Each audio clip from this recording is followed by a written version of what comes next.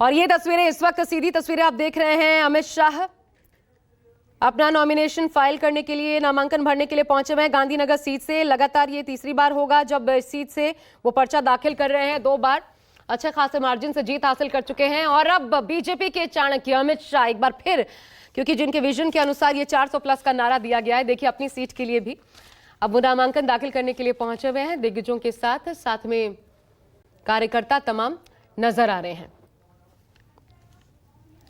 तो एक बड़ी लड़ाई इस बार बीजेपी लड़ रही है और जिनकी अगुवाई में लड़ रही है 2 चेहरे, दोनों ही गुजरात से आते हैं, प्रधानमंत्री नरेंद्र मोदी और अमित शाह।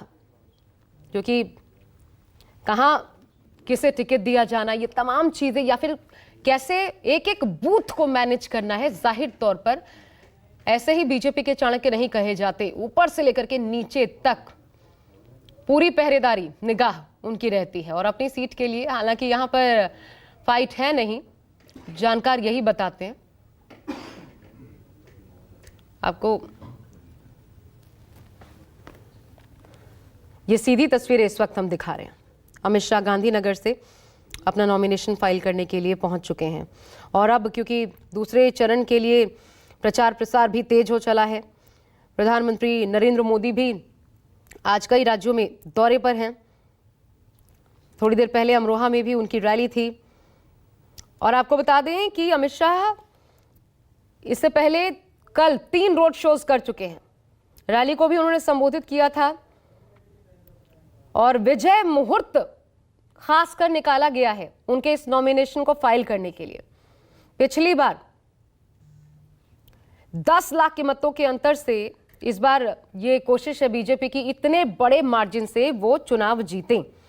10 लाख वोट का अंतर होना चाहिए, इतनी बड़ी जीत एक्सपेक्ट करके बीजेपी अमित शाह के लिए चल रही है।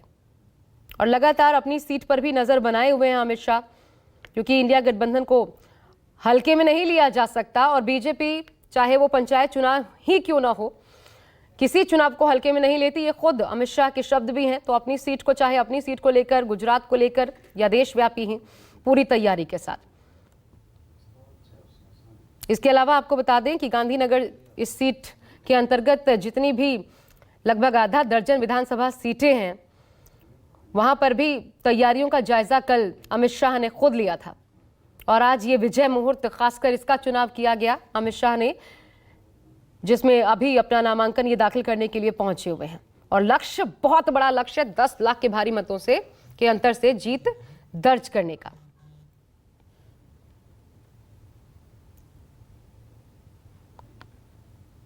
आपको बता दें, अमित शाह ने इस व्यस्त दौरे के बीच खबर यह भी आई कि केंद्रीय मंत्री जो पुरुषोत्तम रूपाला है, उनसे जो नाराज चल रहा है राजपूत समाज, वहां के नेताओं से भी लगातार मेल मुलाकात कर उस नाराजगी को पाटने की उनकी कोशिश होगी।